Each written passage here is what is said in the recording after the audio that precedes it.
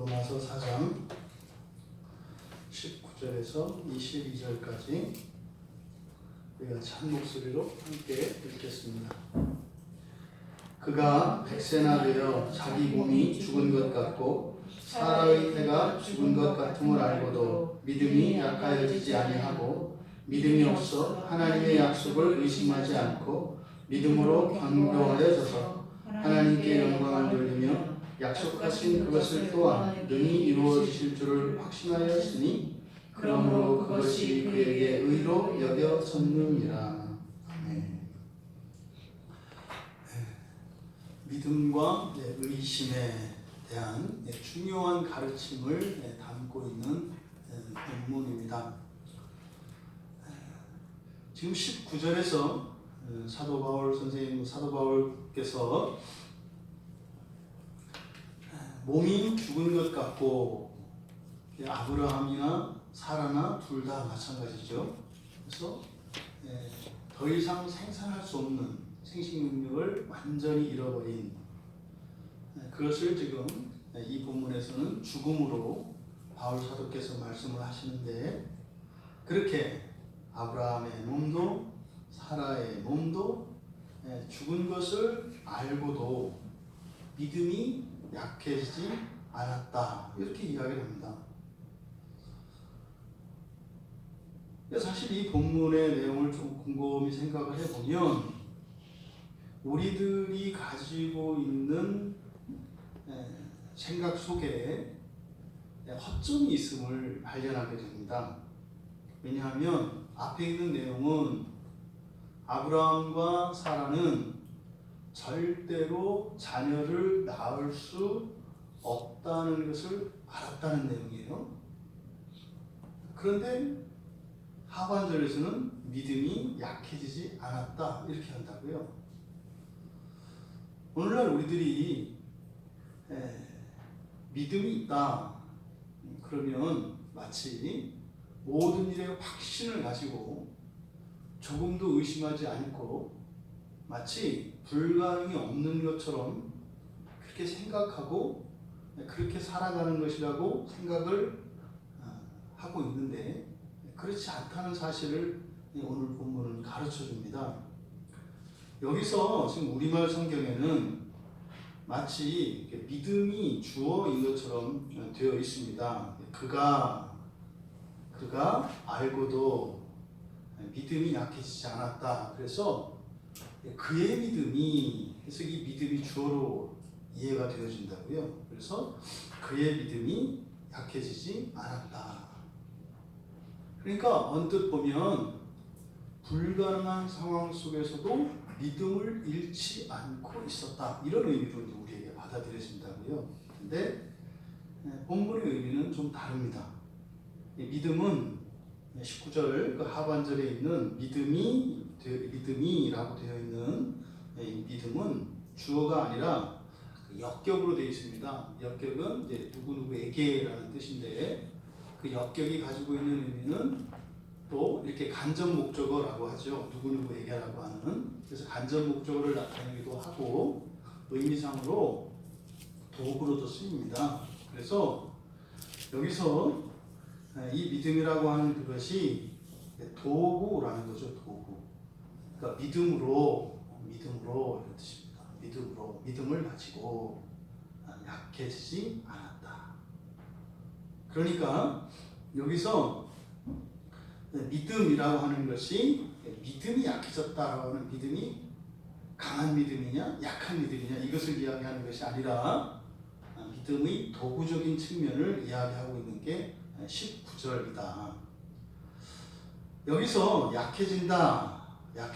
약해진다라고 하는 이 단어는 이게 이제 흔히 말하는 여기 이제 동사로는 스테노오, 그래서 힘이 있게 하다, 강하게 하다, 이런 뜻입니다.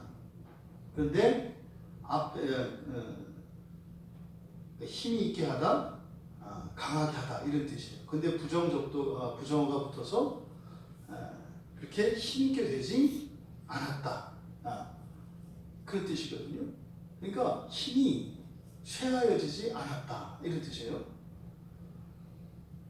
그러니까 믿음으로 그렇게 약화될 수밖에 없는 그 상황에 그 믿음으로 힘이 약해지지 않았다. 뭐 이런 의미인 거예요.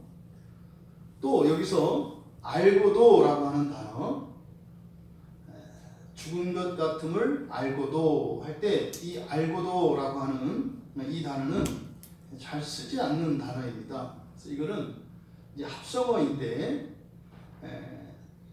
알다, 우리가 알다, 굉장히 신약 성경에서 중요시 여겨지는 그 단어가 노에오라고 하는 단어거든요. 안다라고 하는.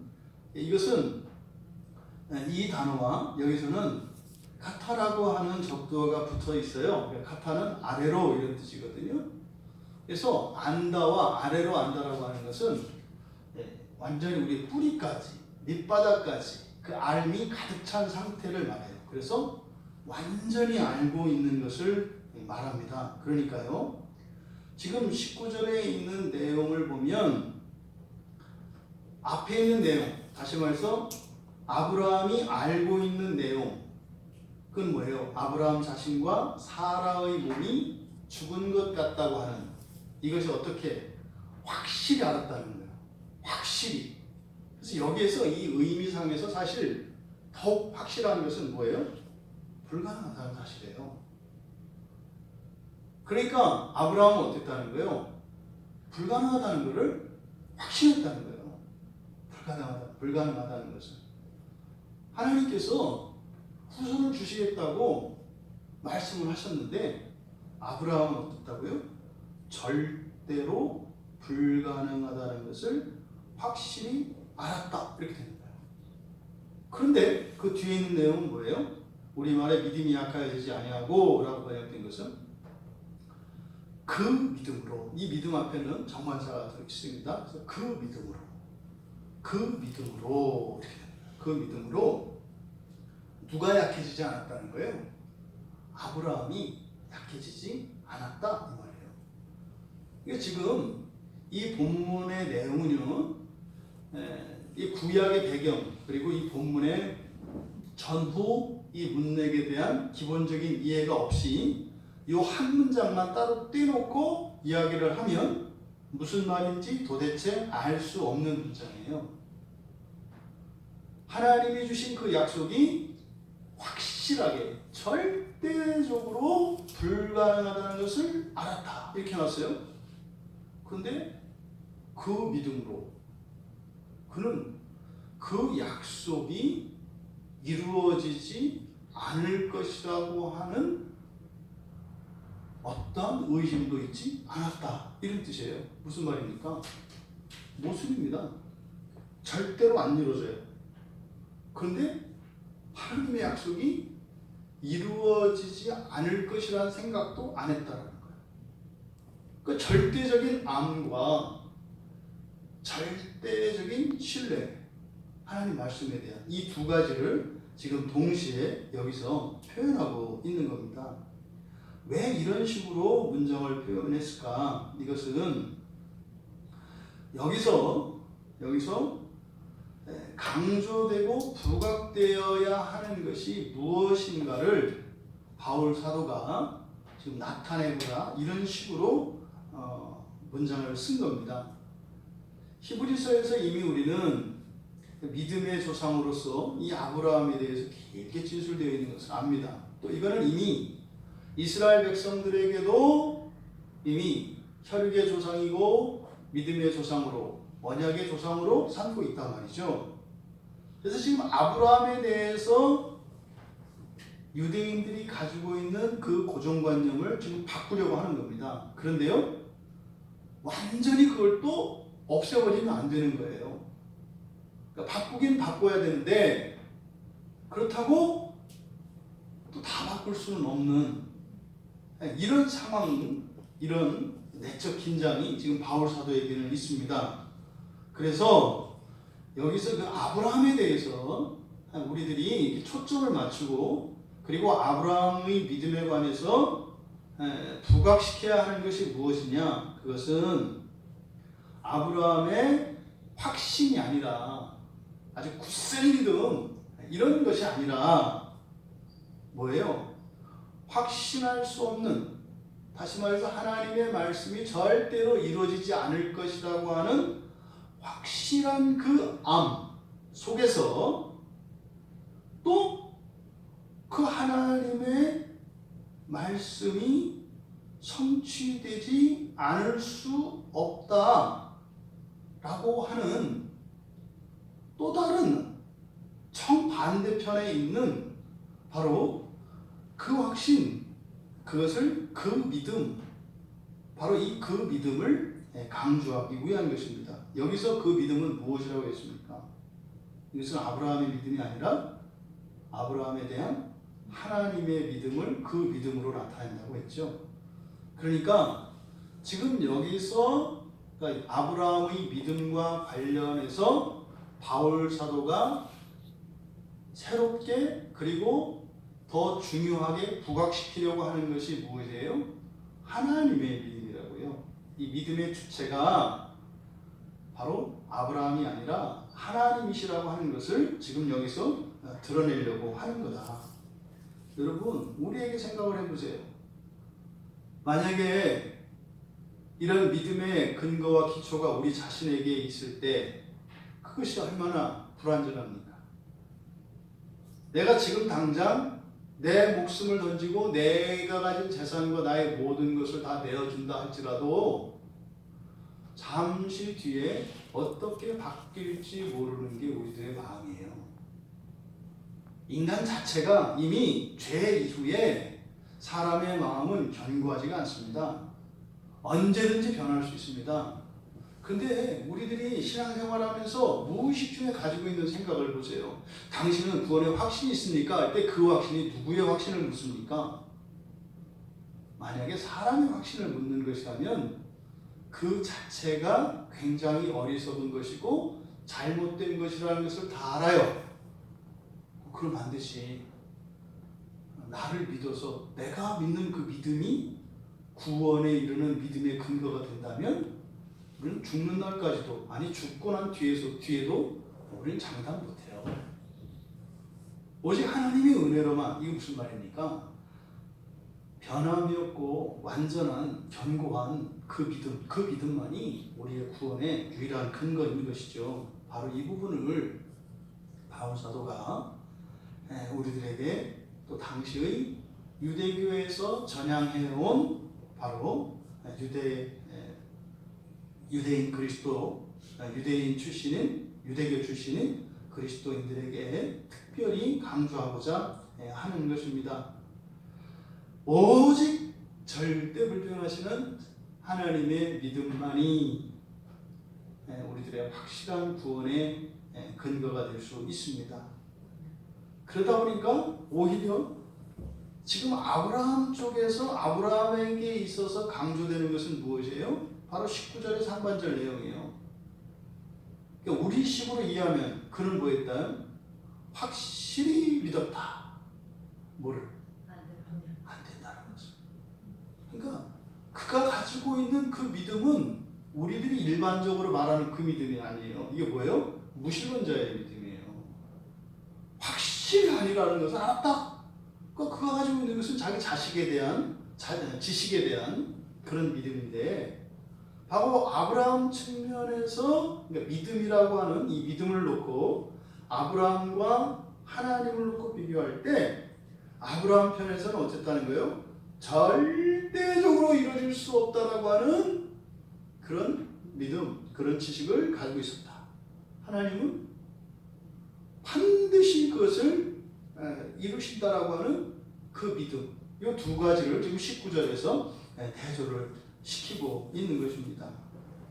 그러니까 오히려 사도 바울은 아브라함이 그 약속, 하나님이 주셨던 그 약속이 절대 이루어지지 않을 것이라고 하는 그 불확실성에 대한 믿음이었다는 것을 강조하면서 또한 그의 이러한 것을 가벼이 보아서는 안 된다는 것입니다. 왜 그럴까요? 이렇게 확실하게 이렇게 있으면 구원이 안 되는 거다. 아니면 반대로 이렇게 해도 구원 받는 거다. 이런 식으로 이야기하지 않고 왜 이렇게 애매하게 얘기를 했을까요? 그래서 우리들 때문에 그래요. 우리들이 애매하거든요.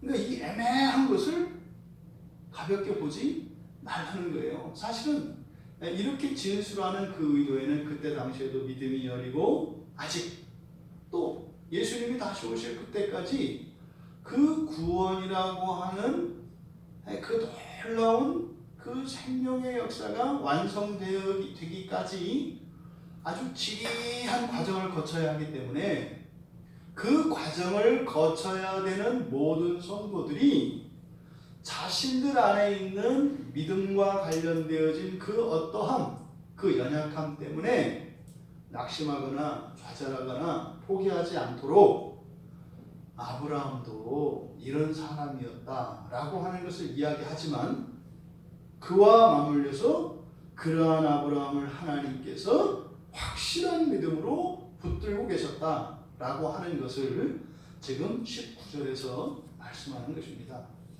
이렇게 복잡하게 이야기하는 이유는 뭐예요? 우리가 한쪽으로 쏠린다고요. 없어도 구원받는다. 그럼 어떻게 해요? 우리 또 막 간단 말이죠. 그것도 어떻게 해요? 확실한 믿음을 갖지 않으면 안 된다. 이러면 또 어떻게 해요? 또 이제 우리의 공로로 또 이제 막 소나무법으로 다닌다 이 말이죠. 그러니까 이 두 가지 긴장이 있어요. 항상 이 좌나 우로 막 치우치려고 하는 이 성향이 죄의 성향인데 그 양쪽을 딱 붙잡고 균형을 맞춰서 그리스도를 향하여 추구할 수 있도록 지금 이런 방식으로 진술하셨다고요. 그러니까 이 진술 자체가요. 믿음이 없는 사람들은 못 알아듣습니다. 이도 아니고 저도 아닌 것처럼 들려요. 분명히. 믿음이 없는 사람들 귀합니다. 다음에 20절에 가보면 믿음이 없어 하나님의 약속을 의심하지 않고 믿음으로 견고해져서 하나님께 영광을 돌리며 지금 본문의 의도가 정확히 나와 있지 않습니다. 이 20절에 있는 20절 이 내용은 그 유명한 not A but B 부분이에요. A가 아니라 B다 이런 부분이에요. 이것은요 대조하는 겁니다. 대조. A가 아니라 B다. 그래서 20절의 상반절과 하반절을 대조시키고 있는 구문입니다. 그래서 이 대조가 부각이 되어야 되는데 그렇게 되어 있지 않죠.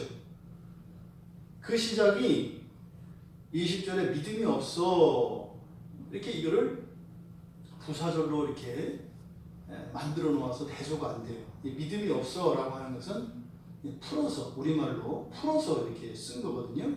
그러니까 믿음이 없어 이거를 명사로 해야 됩니다. 명사로. 그러니까 믿음이 없어를 뭐라고 되겠어요? 없는 믿음. 이렇게. 없는 믿음. 그래서 불신이라고 하기에는 좀 그렇고 없는 믿음이라고 해야 돼요. 없는 믿음. 그럼 이 없는 믿음과 대조되는 것은 뭐겠어요? 바로 하반절 앞에 시작하는 믿음으로 할 때 그 믿음이에요. 그러니까 믿음이 없어와 믿음 이것이 대조가 되는 거예요. 그러니까 없는 믿음과 그 믿음. 없는 믿음은 아브라함의 믿음이고 그 믿음은 하나님의 믿음이죠. 이렇게 두 가지가 대조되는 겁니다. 또 하나의 대조가 뭐냐? 의심하다라는 뜻입니다. 의심하다. 믿음이 없어 하나님의 약속을 의심하지 않고 이렇게 되어 있지 않습니까? 의심하다라고 하는 단어와 뒤에 있는 동사 견고해지다라고 하는 동사. 그래서 20절에 그리고 하나님께 영광을 돌리며 여기는 분사 구문입니다. 이렇게 함으로써 하나님께 영광을 돌렸다는 거예요. 그러니까 사실 이 명사와 동사의 이 두 가지 대조가 하나님께 영광을 돌리는 것이다. 이게 20절의 내용입니다.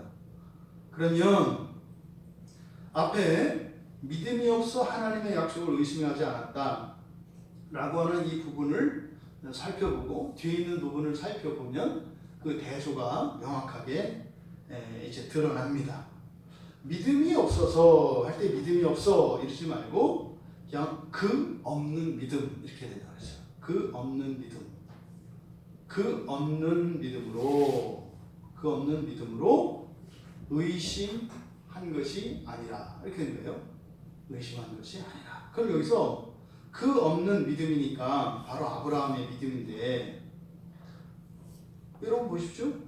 믿음 없는 믿음인데 그 없는 믿음을 가지고 아브라함이 의심을 했다 안 했다? 안 했다는 거예요. 여기서 그러니까 믿음이 없는 것이 중요합니까? 의심하지 않았다는 게 중요합니까? 사실 의심하지 않았다는 게 중요해요. 근데 그 없는 믿음도 뒤에 나오는 그 믿음과 대조시키기 위해서는 있어야 되는 거죠. 하지만 20절의 상반절에서 중요한 것은 그가 믿음이 없다는 게 중요한 것이 아니라 의심하지 않았다는 게 중요하다고요. 그럼 여기서 의심하다라고 하는 디아크리노 잘 쓰지 않는 그런 단어입니다. 이 디아크리노라고 하는 단어가 성경에 사용된 몇 가지 그 사례들이 있는데 대표적인 게 마태복음 16장 3절에서는 이거 분별하다 이렇게 되어 있습니다. 분별하다. 그리고 뭐 여기서처럼 마태복음 21장 21절에 그리고 유다서 1장 22절에 똑같이 의심하다라는 의미로 우리말 성경에 번역되어 있어요. 그리고 야고보서 1장 6절에 가면 흔들리다로 또 번역되어 있고요. 그 다음 유다서 1장 9절에는 다투다라고도 번역이 되어 있어요. 이 단어의 사전적인 그런 의미는 마음이 갈리는 것을 말해요. 이렇게 우리의 생각이 판단하는 것인데 무엇을 결정하거나 판단하는 것인데 무엇 가운데 여러분들이 두 개를 다 옳다고 생각하다가 그 둘이 이렇게 찢겨요. 둘이. 그래서 둘 사이에 어떤 분별을 예를 들어서 그냥 사람으로 놓고 비유한다면 둘 다 친구인 줄 알았어요. 이렇게. 둘 다 친구인 줄 알았는데 어떤 사건이나 새로운 어떤 정보를 딱 알고 보니까 하나는 친구고 하나는 적이었던 거예요. 그때 이렇게 판단하는 기준, 이때 판단하다라는 뜻인데 이때 판단의 의미는 뭐예요? 이것과 이것이 서로 다르다라고 하는 것을 판단하는 거예요. 그래서 뭐 하는 거예요? 선택받는 쪽에 있어서는 더 확실한 거겠지만 버림받는 쪽에 의심받는 거겠죠. 그래서 의심하다 또는 분별하다 또는 흔들리다 다투다 이런 의미로 이제 문맥에 맞게끔 의역을 해서 그렇게 번역을 한 겁니다. 없는 믿음으로 하나님의 약속을 의심하지 않았다. 아브라함에게는 믿음이 있었다 없었다? 없었다는 거예요. 없었다. 근데 믿음이 없었다 이렇게 하지 않고 뭐라 그래요? 없는 믿음이라고 한다고요. 그러니까 믿음이에요 아니에요? 믿음이에요. 믿음인데 또 없는 믿음이라는 게 있다는 거예요. 보통 우리가 불신앙 그러면 완전히 무신론자들을 이야기한단 말이에요. 그런데 언약의 조상, 믿음의 조상인 아브라함의 믿음에 대한 바울 사도의 진술은 뭐예요? 없는 믿음으로 시작했다는 거예요. 굉장히 중요한 원리예요. 없는 믿음으로 시작합니다. 없는 믿음으로. 근데 믿음은 믿음이에요. 없다고요. 이게 지금 아브라함의 상태예요. 그런데 놀라운 것은 의심하지 않았다는 거예요. 굉장히 중요한 신앙의 원리를 가르쳐줍니다. 믿음과 의심에 관해서 우리들의 통념을 깨는 가르침입니다. 신자들이 종종 크게 오해하는 부분이에요. 의심을 가지면 마치 믿음이 없는 것과 동일시하는 그런 생각은 잘못됐다는 거죠. 지금 여기서는 믿음과 의심하는 것을 어떻게 해요? 별개로 놓는다고요. 없는 믿음을 가진 아브라함이 뭐 하지 않았다? 의심하지 않았다는 거예요. 이 얘기는요. 참다운 믿음, 온전한 믿음이 있어도요. 의심할 수 있고요. 또 이런 믿음이 없어도 의심하지 않을 수 있다는 거예요. 의심과 믿음은 전혀 별개의 것이라는 것을 가르쳐 줍니다. 믿음은요, 하나님이 주시는 전적인 은혜의 선물이죠. 하지만 의심하는 것은 또 다른 문제라는 거예요. 의심하는 것은. 믿음은 하나님의 주권으로 주시는 것입니다. 그리고 그것을 없는 것에부터 시작해서 서서히 자라나는 것이에요. 그런데 의심은 다른 문제입니다. 여러분, 종종 예수를 믿지도 않아요. 심지어는 예수를 싫어하고 교회도 싫어해요. 그런 사람들 중에서도 좀처럼 남을 의심하지 않는 사람들을 봅니다. 또 반대로 예수를 믿는데요. 그리고 열심히 신앙생활을 해요. 그런데 좀처럼 이 의심을 버리지 못하는 사람들을 또 발견합니다. 그러니까 우리들이 이것 믿음과 의심을 동일하게 놓고 봤을 때는 그러니까 왜요? 헷갈린다고요. 그러니까 속으로는요. 저 사람은 믿음이 없는 거야. 겉으로 저렇게 하지만 이런 생각을 했을 가능성이 많다고요. 그것에 대해서 바울 사도는 뭐라고 하는 거예요? 별개의 문제다. 이렇게 얘기한다고요. 이게 과연 그냥 바울 사도의 독자적인 가르침일까요? 그렇지 않습니다. 이미 예수님께서 가르치셨던 그 가르침과 다르지 않습니다. 마태복음 21장에 보면 예수님께서 제자들과 예루살렘으로 올라가실 때요. 올라가던 길에 열매 맺지 못한 무화과 나무를 저주하는 사건이 일어나요. 그래서 무화과가 안 열렸다고 잎만 무성하다고 이렇게 저주하신다고요. 그랬더니 금세 그 무화과 나무가 어떻게 돼버려요? 말라버리잖아요. 그때 예수님께서 제자들에게 믿음과 의심에 대한 교훈을 주셨어요. 그때 바로 이 믿음과 의심에 대한 교훈을 주시는 그 상황은 어떤 상황이냐? 사실은 무화과 나무를 말리는 게 목적이 아니라 믿음을 가지고 있음에도 불구하고 여전히 의심을 극복하고 있지 못한 사도들의 내면의 세계를 드러내 보여주시기 위한 것이었죠. 그래서 예수님의 교훈에도 이 의심하지 않는 것, 의심하는 것과 믿음이 별개의 문제라고 하는 사실을 우리가 확인할 수 있습니다. 믿음으로 이제 그것과 대조되어지는 20절의 하반절, 믿음으로 견고하여졌다. 믿음으로 견고하여졌다. 그러나 이렇게 되는 거예요. 앞에가 아니라 없는 믿음으로 의심하지 않고 그 다음 어떻게 했다? 오히려 믿음으로 견고해졌다. 견고해졌다. 그럼 여기서 믿음은 그 믿음이라고 했습니다.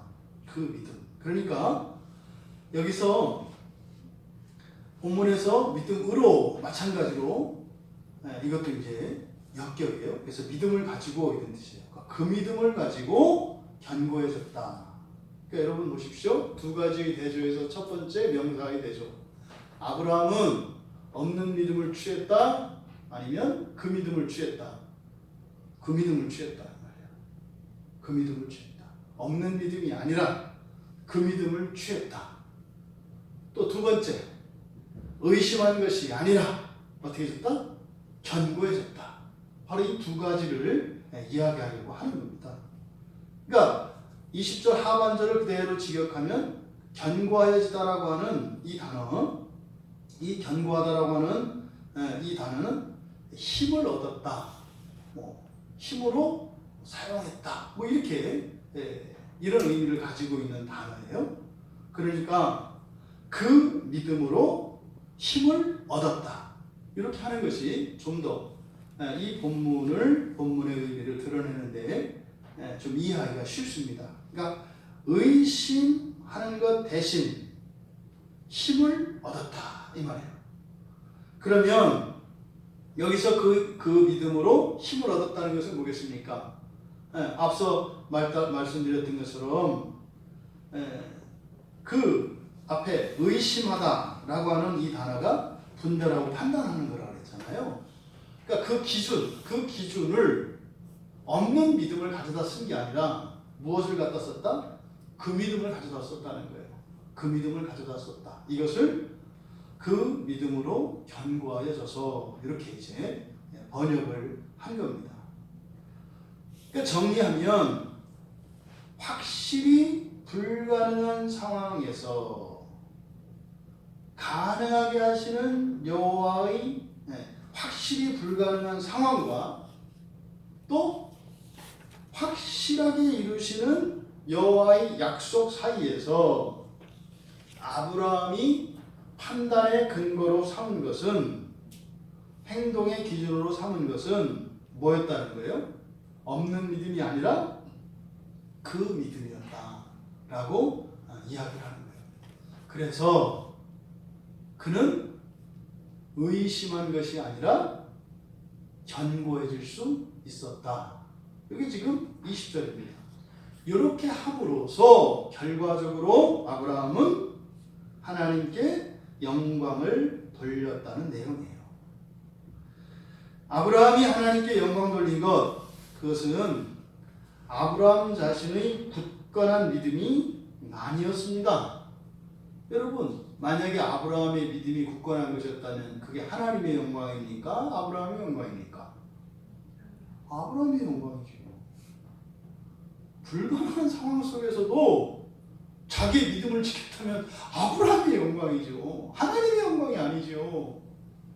불가능한 상황이어서 믿을 수 없었던 아브라함, 그런 아브라함이 버리지 않은, 의심하지 않게 된 그것의 영광은 누가 받으셔야 된다?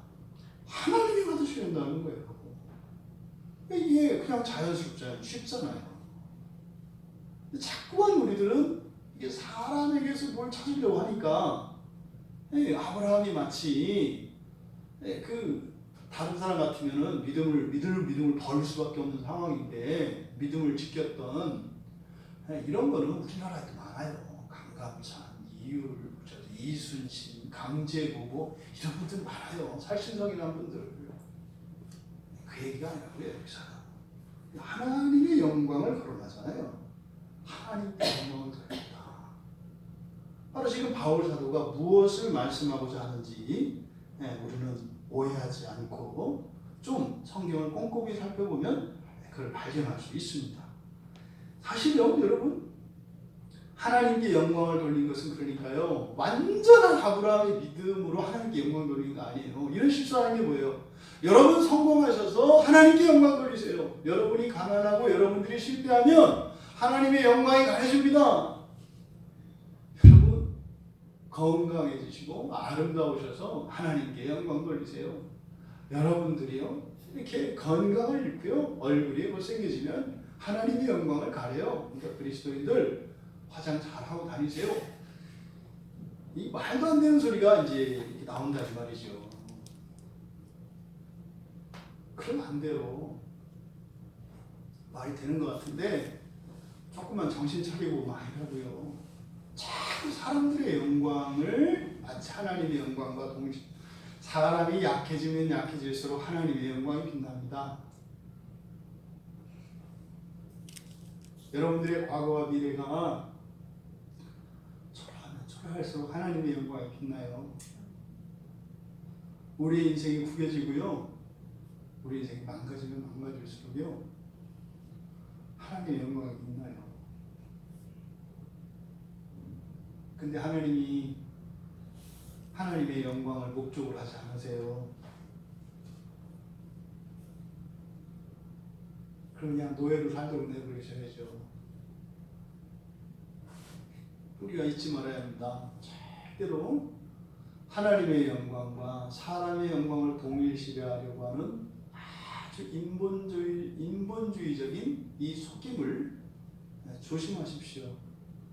하나님은 분명히 하나님 백성들의 안위를, 그 그들의 번영과 영광과 평화를 기뻐하십니다. 근데 그것과 하나님의 영광을 연결시키면 안 돼요. 그렇게 하는 순간 큰일 납니다. 지금 바로 이 부분을 사도 바울이 분명하게 금을 긋고 있어요. 근데 이 본문을 잘못 해석하면 아브라함의 믿음을 절대적인 믿음으로 높여서 이렇게 해야 하나님이 영광을 받으시는 것처럼, 이거는 성경 밖에 있는 이야기죠. 오히려 지금 아브라함의 부끄러움을 이야기하는 거예요. 구약의 이야기를 조금만 알면 어렵지 않은 이야기예요. 여러분 15장에서 그 믿음으로 의로 이렇게 의롭다 여김을 받은 아브라함, 그 이후의 삶을 보세요. 어떤 일이 일어나나. 금세 자기 아내 이 사라의 잔소리에 못 이겨가지고 뭐 자기 그 아내 말 듣는 척했지만 사실은 아브라함 마음속에서도 있었다고요. 그치, 당신은 뭐 안 되긴 안 되지. 그렇게 해서 하가를 드렸잖아요. 이스마엘이라는 자식을 낳은 거 아니에요. 이스마엘은요 아브라함에게 수치입니다. 무슨 수치? 없는 믿음의 증거예요. 이스마엘 없는 믿음의 증거예요. 그런데도 그에게 또한 한 민족을 이루게 하시고 없는 믿음도 믿음으로 보셔서 그뿐입니까? 예? 아브라함이 창세기 20장과 21장에 가면 아비멜렉에게 자기 아내를 내어주는 사건이 나와요. 세상에 어떤 믿음에 있는 사람이 그 두려움, 그 자기 죽을까 봐서 자기 아내를 내줘요. 정신 나간 놈이죠. 그러니까 성경을 읽으면서 한쪽에서는 귀 막고 들어야 되고 한쪽에서는 눈을 쫙쫙쫙 해서 읽어야 되고, 그러니까 이게 읽고 싶은 대로 읽는 게 성경을 읽는 게 아니라 성경 안에서 뭐 그냥 세상에 있는 뭐 전 책들을 성경을 그런 책들로 바꿔버리는 거죠. 아브라함이 그렇게 대단한 사람 아니에요. 저도 그 정도는 아니거든요. 저도 그 정도는 아니죠. 하늘을 걷다가 그렇게 대줄 정도? 이거는 믿음 없는 사람도 사실은 그렇지 못해요. 그러니까요, 훨씬 세상 사람만도 못한 것 같은 것이 아브라함의 역사에 대한 기록이거든요. 그런데 유난히 그리스도인들은 자꾸 아브라함을 신분 세탁하고 믿음 세탁해서 이 상으로 높이려고 막 만든다 이 말이죠. 다들 통나요. 그러니까 못 믿는 거예요. 왜 속으로 이렇게 참고 있거든요. 이렇게 말 안 하고. 그러니까 네 하지만 속으로 그래도 별 내가 아브라함보다 나은데 뭐 이런 생각을 다 갖게 되는 거예요. 왜요? 지금 초점을 잘못 맞췄기 때문에. 그러니까 지금 여기서 절대로 하나님께 영광 돌렸다 할 때 그 아브라함의 어떤 위대함이나 탁월함을 이야기하고자 하는 게 아니에요. 하지만 또 그렇다고 해서 아브라함을 또 아무것도 아닌 걸로 보면 안 돼요. 또 있어요. 또 그럴 만한 게 또 있다고요. 그러니까 이거를 높여서는 안 되는데 또 안 높일 수도 없는, 이게 지금 바울 사도의 고민인데 그거를 지금 기가 막히게 이렇게 써내려는 거예요. 그러니까 지금 바울 사도가 이야기하려고 하는 이 진리가 복잡한 것 같지만 복잡해요. 근데 이걸 이렇게 우리가 읽고도 해석하기가 어려운데 이거를 쓴다고 생각을 해보세요. 그거 쓰려면요 2시간은 써야 돼요. 읽다 말잖아요. 읽으면서 무슨 말인지 모르잖아요. 이게 작은 문장으로 놀랍게 구약과 신약을 관통하는 유대교 안에서 일어나는 하나님의 언약의 그 구원의 빛과 그리스도 안에서 일어나는 이 새 언약의 구원의 빛을 이게 하나도 그 뭐예요? 이렇게 이음새 없는 무봉, 그 경계, 바느질 자국이 없는 무봉의 상태로 지금 이렇게 진술하고 있는 거죠. 그러니까요, 사실상 바울 사도가 아브라함이 하나님께 영광 돌린 것은 믿음이 없는 중에 그 불가능한 상황에서도 하나님의 약속을 의심하지 않게 하신 하나님을 드러내려고 하는 거예요. 그런데 거기에는 아브라함이 또 전혀 개입하지 않은 것도 아니지만 그것이 절대적으로 아브라함의 공로가 되어서는 안 되게끔 묵사발을 내는 거예요. 이게 지금 바울 사도가 말씀하고자 하는 것입니다. 굳센 믿음이 아닌 없는 믿음으로 하나님께 영광을 돌릴 수 있다는 이 사실을 왜 이렇게 말씀할까요? 우리를 위해서 하시는 말씀이에요. 우리를 위해서 하시는 말씀이에요. 우리를 바라보시는 하나님, 없는 믿음을 가지고 신앙을 버리지 않고 끈끈히 버티는 것 같은 우리들의 변변치 않은 것 같은 이러한 삶이 하나님께 영광을 돌리는 것이다 라고 바울 사도를 통해서 하나님께서 우리에게 말씀하시는 것입니다. 그러니까 지금 여기서 이렇게 없는 믿음을 진술했는데 뒤에 가면 히브리서에서 그렇게 그의 믿음의 조상으로서 그의 믿음이 이렇게 칭송을 받는데 바로 그 칭송받는 그 믿음의 진술 히브리서에서 보면 바로 마지막 이삭을 하나님께 드릴 때까지 진술이 다 돼 있어요. 아브라함에 대해서는. 그러니까 아브라함의 칭송받는 그 믿음은요, 그 결과만이 아니에요. 아들을 드릴 수 있는 그것만을 믿음이라고 하지 않는다고요. 무엇부터 믿음이라는 거예요? 없는 믿음부터. 없는 믿음부터. 그 없는 믿음에서 시작해서 정말 백세에 얻은 유일한 상속자를 기꺼이 드릴 수 있게 변화되어지는 이 전체의 과정을 아브라함의 믿음이라고 이야기하는 것이지 다 되어진 그것만을 믿음이라고 칭송하고 있는 것이 아니라는 것을 우리가 여기서 확인을 하게 됩니다. 여러분, 아브라함에게 분명히 우리가 본받아야 할 부분이 있습니다. 하지만 그것이 아브라함의 그런 의이거나 이렇게 의롭다 인정을 받을 만한 어떤 공로로서의 그런 본받을 만한 점은 아니라고 하는 사실입니다. 그래서 믿음과 관련해서 지금 바울 사도께서 이야기하시는 것은 그의 믿음의 믿음보다는 무엇이에요? 의심하지 않은 것에 대해서 지금 바울 사도가 주목시키는 거예요. 우리로 하여금. 그러니까요, 그가 의롭다고 인정함을 받은 그 믿음이라고 하는 것은 사실상 뭐라는 거예요? 불확실한 상황에서나 확실히 불가능한 상황에서 의심하지 않은 것에 있다. 여러분들이 여러분 자신의 믿음을, 여러분의 신앙을 점검해 보시면 확인할 수가 있습니다. 믿어지지 않는데 의심이 되지 않는 경우들이 있어요. 이거를 믿지 않는 거다 이렇게 할 수 있는 게 아니라고요. 그러니까 믿기진 않아요. 근데 또 의심이 안 돼요. 이게 실제로 우리 안에 일어난다 이 말이죠. 바로 이 부분에 대해서 이야기를 하는 겁니다. 그러니까 21절에 약속하신 그것을 또한 능히 이루실 줄 확신하였느니, 여기도 마찬가지입니다. 여기서 약속하다 이게 중간태로 되어 있거든요. 이게 중간태 아시죠, 그죠? 수동과 다르다.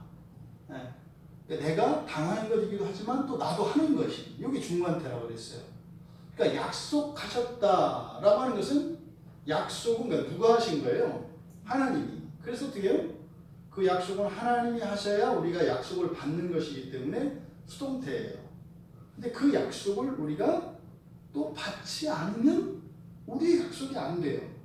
거기에 또 우리들의 참여가 또 필요해요. 이걸 중간태라고 해요. 여기서 약속하신 이걸 중간태로 나타내고 있어요. 그래서 약속하신 그것을, 그러니까 뭐예요? 하나님의 은혜로 주어진 것을 아브라함이 받았다는 거죠. 여기서 받았다는 것은 뭐겠어요? 의심하지 않았을 뿐이에요. 된다고 믿은 게 아니에요. 그냥 의심하지 않은 거예요. 왜? 하나님의 약속이니까 의심하지 않을 뿐이야. 예, 나는 나대로 절대로 일어날 수 없다는 것을 알고 있어. 근데 말씀은 말씀대로 그냥 의심하지 않았어. 그 두 가지가 다 있는 상태예요. 이게 약속하시니 그것을 확신했다는 거예요. 또 이루실 줄을 누가 이루어요? 하나님이 이루시잖아요. 하나님. 그러니까 약속하신 것도 중요한데 이루시는 것도 하나님. 그 다음에 여기서 확신하다, 이 확신하다라고 하는 이 단어, 이건 우리가 일반적으로 알고 있는 확신하다가 아니에요. 이 확신하다는 한자로 쓸 때는, 우리말로 확신하다 할 때는 믿을 신자가 들어가잖아요. 굳게 믿는 것, 이게 확신인데, 이 헬라어에서 이 확신으로 번역되어진 이 헬라어는 이 피스티스, 믿음하고는 전혀 상관이 없어요. 믿음과 상관이 없는 확신이에요. 이 확신은. 이 확신은 길어요. 그래서 안 읽을래요. 대신 여러분 그냥 아시면 돼요. 그리고 몇 번 안 쓰이는 단어예요. 그러니까 이거는 믿음의 확신이 아니라, 이 단어는 이제 두 개의 단어가 합쳐졌거든요. 그래서 플레레스라고 하는 단어, 플레레스, 충만한, 넘치는 이런 뜻이에요. 플레레스라고 하는 형용사와 또 페로라고 하는 수행하다, 이 두 단어가 합쳐졌어요. 플레레스하고 페로가 합쳐진 단어거든요. 그러니까요, 넘친다는 형용사와 수행한다고 하는 이런 동사가 합쳐진 것인데, 성경에서 이 단어가 의미하는 바는 하나님께서 믿는 자들에게 주시는 권능의 확신이에요. 하나님께서 믿는 자들에게 주시는 권능의 확신이에요. 그 확신은 누가 해요? 당사자가 해요. 근데 그 믿음은 어디서 온 믿음이다? 하나님이 주셔서. 그러니까 사실 내가 믿긴 믿는데 그런 거 있잖아요. 나도 몰라 근데 믿어, 이런 거. 요게 지금 여기서 말하는, 요게 사용되어진 이 확신이라고 하는 이 단어예요. 그러면 이 하나님이 믿는 자들에게 주시는 권능의 확신, 이게 뭐냐?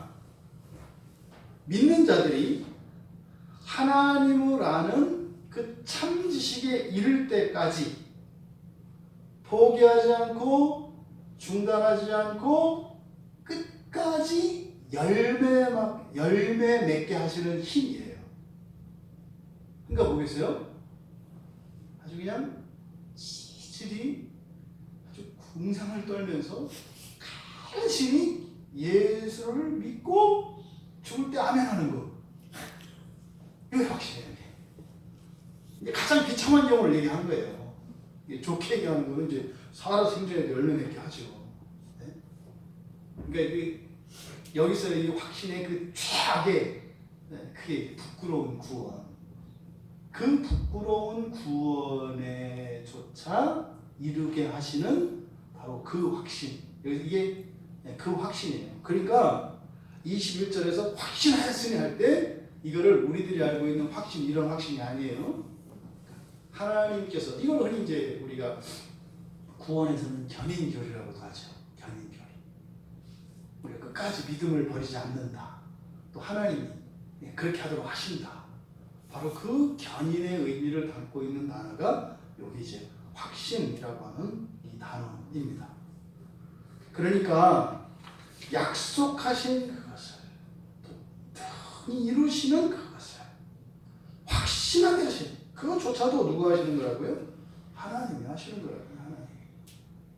그래서 이 확신이라고 하는 이 단어가 사용되어진 복음서의 처음이 누가복음 1장 1절이에요. 누가복음 1장 1절. 그래서 이게 번역하기가 좀 애매하고 어려워서 누가복음 1장 1절에 가면 그냥 우리 중에 이루어진 사실이라고만 되어 있어요. 이게 평범해 보이잖아요. 우리 중에 이루어진 사실. 바로 우리 중에 이루어진 사실이라고 하는 요게 끝에 이루어진 사실 요게 바로 여기서 말하는 확신이에요. 그러니까 이거를 번역하기가 좀 애매해서 그렇게 그냥 간단하게 이렇게 해놓은 거죠. 사실은 굉장히 중요한 단어인데 많이 쓰이지 않았지만 굉장히 구원과 관련돼서 중요한 단어인데 이걸 가볍게 처리했어요. 1장 1절에. 로마서 14장 5절에 보면 확정이라고 되어 있어요. 마음의 확정이라고 번역되어 있어요.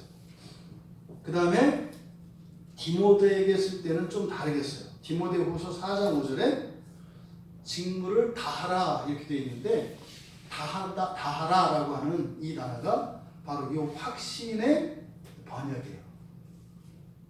확신의 거라. 그러니까 보겠어요. 여기서 말하는 이 확신이라고 하는 것은 사실상 어떠한 일을 하도록 우리 마음속에 드는 결연한 의지 같은 이런 거예요. 근데 그것은 우리 안에 있는 우리의 것이라기보다는 누가? 하나님이 주셔서.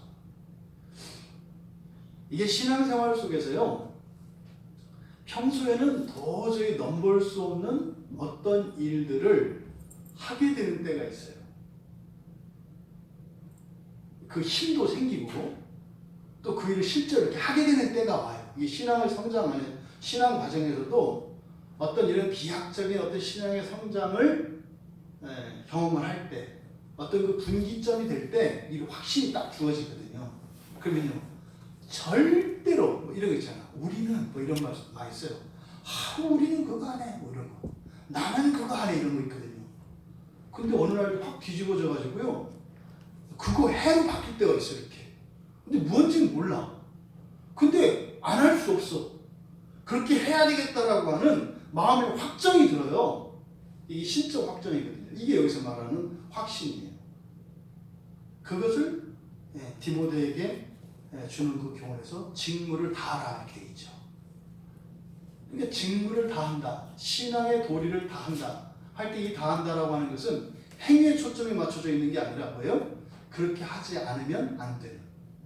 제가 그 예전에 그 전철 전도 이렇게 말씀드린 적이 있어요. 옛날 그 제가 목사 되기 전에 전철에서 막 그렇게 하면 안 된다는 생각을 갖고 있었어요. 그런 거 하면 안 된다. 저거는 적그리스도는 안 해도 적그리스도 정도 돼가지고 저는 자꾸 교회를 오히려 이렇게 사람들로 하여금 이렇게 욕먹이는 일이다라는 생각을 가지고 있었어요. 예전에 제가. 이때는 뭐 이제 제가 신학을 하기 전이니까 자유롭게 얘기할 수 있어요. 근데 막 이렇게 전철에서 더군다나 아침 저녁 이럴 때 피곤하잖아요. 이게 사실 그 출근하시는 분들이 아침에 이 잠깐 단잠이 이게 보통 단잠이 아니거든요. 그렇게 해서 해야 이게 아주 청량한 마음으로 또 그 자기 일에 집중할 수가 있는데, 그때 막 예수를 믿으시오 막 이렇게 잠을 깨면 멍랑한 상태에 가면 그 회사에도 해를 끼치는 게 많아요. 그런 생각을 갖고 있었어요. 근데 하나님이 그걸 다 찍어 두셨다가 이렇게 구더기 잡듯이 그 실핀을 구더기 딱 잡아가지고 이렇게 벽에다가 이렇게 꽂아놓으셨어요. 하나님. 그걸 또 제가 신대원 갔더니 그거를 딱 꺼내가지고 이렇게 제 마음방에다가 탁 붙이셨어요. 죽어도 저는 그렇게 하면 안 된다고 생각했어요. 그리고 할 수도 없고, 너 다른 데 가서 얼마든지 할 수 있어. 근데 전철 그 출근 시간, 그 셀러리맨들의 그 피곤한 시간과 그 단잠 시간을 하면 안 된다는 게 있었다니까요. 근데요, 안 할 수가 없는 거예요. 안 할 수가 없는 거예요. 그렇게 하게 하는 그게 뭐라고요? 확신이라고요. 그러니까 지금 여기서 21절에 말하는 확신을 했으니 할 때는 절대로 여러분 아브라함이 이게 아니에요. 그렇게 하지 않을 수 없는, 그렇게 하지 않을 수 없는. 마누라를 팔아먹고 그 자기 아내의 그 여자 몸종을 들여서 그렇게 또 구차하게 또 아이를 낳는데 또 속으로 은근히 좋아하는.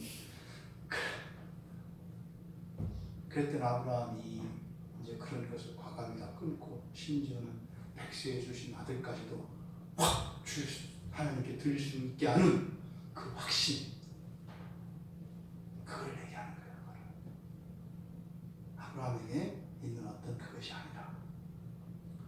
그러니까 아브라함이 하나님께서 주신 약속을 의심하지 않고 그것을 받고 절대로 이루어질 수 없을 거라는 경험과 확실한 그 지식을 가지고 있음에도 불구하고 그것과는 상관없이 또 하나님의 말씀이니까 또 말씀은 말씀대로 알아서 하시겠지, 요 상태. 이거를 지금 21절에서 이야기하고 있는 거예요. 그러니까 하나님께서 아직 없는 믿음을 가지고 있는 아브라함에게 주신 그 은혜의 권능에 따른 확신, 이 확신은 자신의 확신인 것은 틀림이 없습니다만 그것은 하나님의 권능으로 주신 것이기 때문에 자신의 공로나 의의 근거가 될 수 없는 것입니다. 나도 모르게 발휘하는 능력 말이죠. 나도 모르게 할 수 없는 것들을 견뎌내는 거 말이죠. 그리고 알 수도 없는, 도저히 믿을 수 없는 내용들임에도 불구하고 요동하지 않는 내 안의 무언 말이죠. 이것이 여기서 말하는 그런 확신입니다. 오늘날까지 우리가 왜 신앙을 잃지 않고 살아왔는지 하나하나 헤쳐보면 사실 잘 몰라요. 여러분들이 예수 믿고 사니까 뭐 기적이 팡팡 일어나고, 여러분들이 기도 안 해서 그렇지 마음 먹고 기도만 하면 다 됩니까? 다 아니거든요. 가만히 생각해보면 우리가 교회에 남아있을 이유가 별로 없어요. 더군다나 이 광야교회에 여러분들이 있어야 되는 이유가 뭐가 있어요. 저도 알아요. 여러분들이 왜 그러는지 모르겠다는 거. 저도 그래요. 저도. 지금 바울 사도가 이야기하려고 하는 것이 바로 그겁니다. 그러면서 22절에 그러므로, 이 그러므로라고 하는 이 단어도요, 인과관계를 나타내는 거 아니에요. 원래 그러므로 이런 접속사는요, 문장과 문장을 연결해 주잖아요. 그러니까 홀로 쓸 수 없어요. 근데 여기 22절의 그러므로는 그냥 앞뒤 문맥을 잇는 것이 아니라 그냥 시작도 없고 끝도 없는 그러므로예요. 원인도 없고 결과도 없어요. 그러니까 이런 거 없는 거거든요. 그러므로만 이렇게 써 있으니까 앞에 거는 상관이 없어요. 그러니까 그러므로 그것이 그에게 의로 여겨졌느라. 그게 뭐예요? 이것은 사실 창세기 15장으로 갑니다. 그러니까요, 우리가 아브라함을 그의 믿음을, 그의 의로 여기셨느니라 했을 때 그 믿음이라고 하는 것은 우리가 말하는 아브라함의 견고한 믿음이 아니라 어떤 믿음? 없는 믿음. 없는 믿음. 그러니까 없는 믿음을 가지고 있었다면 불가능한 그 사실을 확실히 알고 있었기 때문에 그것을 의심해야 되는데, 의심하지 않을 수 있도록 하나님의 신적 권능으로 주셨던 그 확신, 그래서 지금 말하는 거예요. 이 의의 그 근거가 하나님이시라는 거예요. 하나님이시라는 거. 그런데 어느 누가 그 의를 판단할 수 있겠는가? 누가 누구를 판단할 수 있겠는가? 하지만 유대인들은요, 혈통을 그리고 율법을 가지고 이런 배타적인 자세로 이방인과 유대인으로 나누었고, 또 율법을 받은 자와 율법이 없는 야만으로 나누어서 그들의 구원을, 하나님의 의롭다 인정하시는 하나님의 그 판단을 그들이 하나님을 대신하여 하고 있었던 것이 얼마나 어리석고 무모한 짓인가 하는 것을 가르쳐주는 것입니다. 여러분, 믿음과 의심은요, 서로 상관이 없어요. 믿음이 있어도 의심. 하지만 예수님께서 우리에게 가르쳐 주신 예수님의 마태복음 21장에서 보면 믿음을 가져야 합니다. 또 하나, 의심을 없애야 합니다. 믿음이 자라는 일과 의심하지 않는 이 일은 동시에 일어나야 하는 개별적 사건들입니다. 어떤 사람은 의심을 하지 않는 것부터 시작될 수 있습니다. 그게 누구예요? 아브라함이에요. 의심하지 않는 것부터. 그리고 아브라함의 경우는 그 이후에 믿음이 자라는 경우죠. 또 반대의 경우도 있어요. 반대의 경우. 믿음을 먼저 가지고 시작하는 자들이 있어요. 그것이 누굽니까?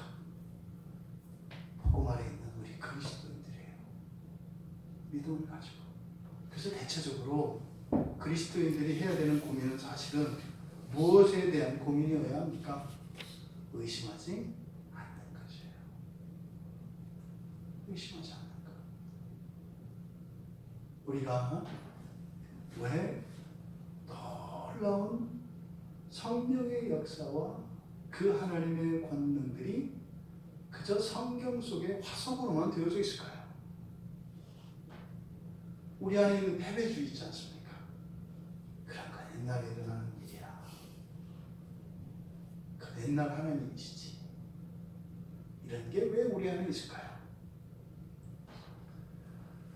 믿음과 이 의심의 문제를 분리해야 하지만 믿음을 더욱 굳건하게 하고 세워가는 것과 함께 의심하지 않는 이 일이 또 개별적으로 동시에 진행되어야 하는 것임을 오늘 말씀을 통해서 이 시대를 살아가는 우리들에게 교훈을 주십니다. 여러분, 믿음의 근거, 믿음의 주체는 하나님이십니다. 하지만 의심의 주체는 우리 자신이라고 하는 사실을 기억하시기 바랍니다.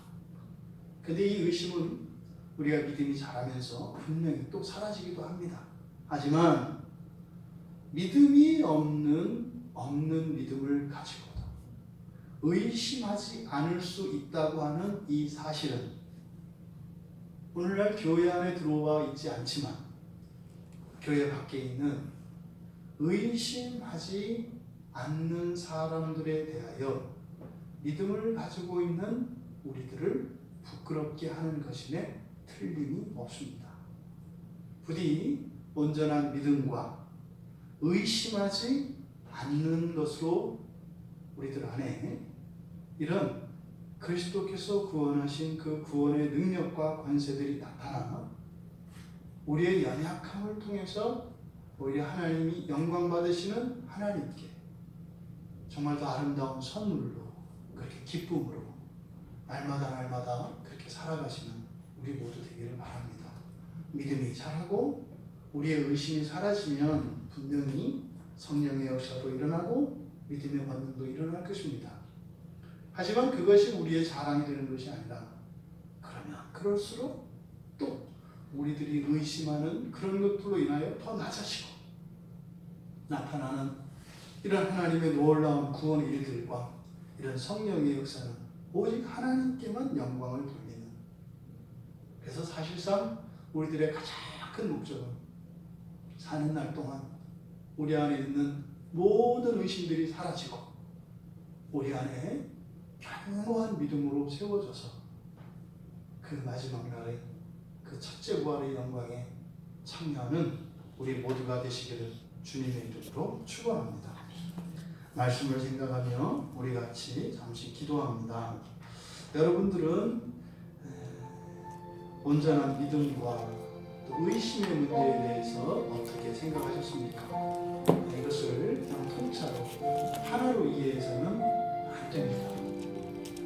믿음은 믿음대로, 의심은 의심대로 분명히 서로 상관관계가 있습니다만 이것을 구별해야 될 것을 아브라함의 의를 통하여 우리에게 가르쳐 주셨습니다. 하나님, 날마다 더 온전한 믿음으로, 굳건한 믿음으로 저희들을 인도하여 주십시오. 저희들 안에 있는 이런 의심, 이게 갈리는 이 마음, 이것이 없이 이렇게 하나님이 주시는 확신으로 하나님의 말씀을 온전히 의지할 수 있도록